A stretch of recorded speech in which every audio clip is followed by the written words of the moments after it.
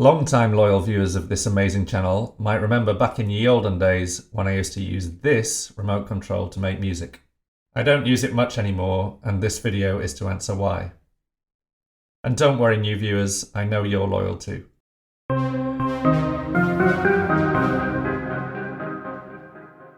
As I've said before, there's nothing better than the OPZ for coming up with a chord progression.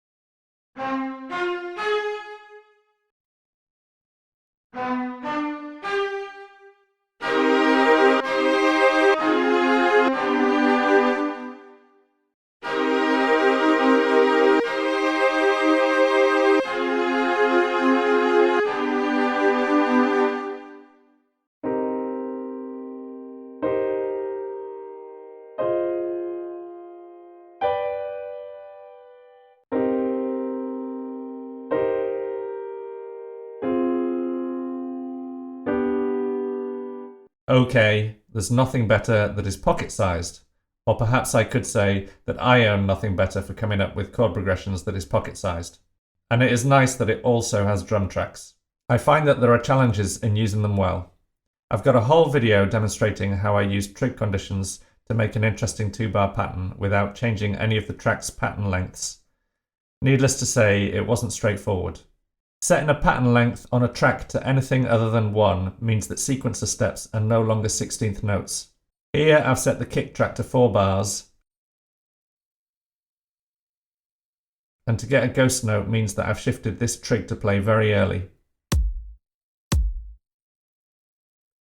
The last trig is shifted late and only plays every second time through, which gives the illusion of an 8-bar kick drum pattern. You can see it is here.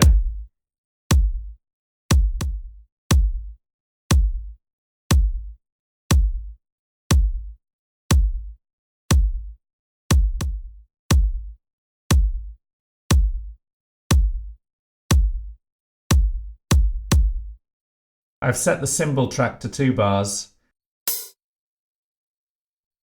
and the snare track, which is playing claps, to 4 bars. And that meant that I needed to play the claps in live to get the effect that I wanted. Unfortunately, my sense of timing, along with the tiny keys comprising the OPZ keyboard, makes this a bit tricky to do. Still, I was pleased with how the claps in this beat turned out after I dialed up the quantization.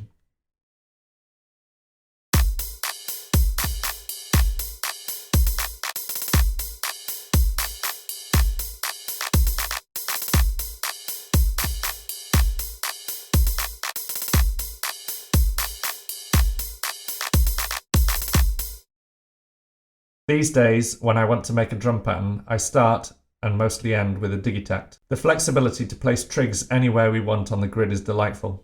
Both the digitact and the OPZ allow you to tweak almost every parameter on each step, but the fact that the latter only has up to 4 trigs per step means that you can't be as precise. Each step can only have 1 set of trig conditions, which is limiting when you have trigs on the same step playing at different times. And remember, that is only possible by live recording the trigs in. Polyphony is obviously a pro for the OPZ versus the digitact though. And the limitation of 12 seconds for all the drum samples on an OPZ track makes it hard to get a variety of good cymbals. I have tried. That's it. To summarize, I mostly have better tools for experimenting with chord progressions.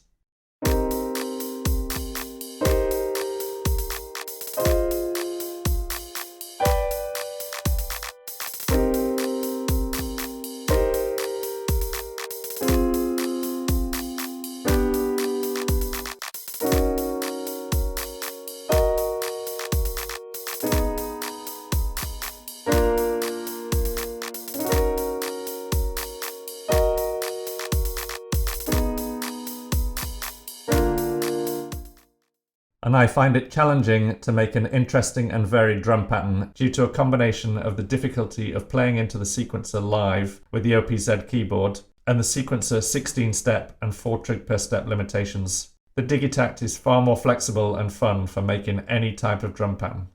Sorry if the OPZ is your favourite groovebox, but please like and subscribe anyway. Thanks for watching.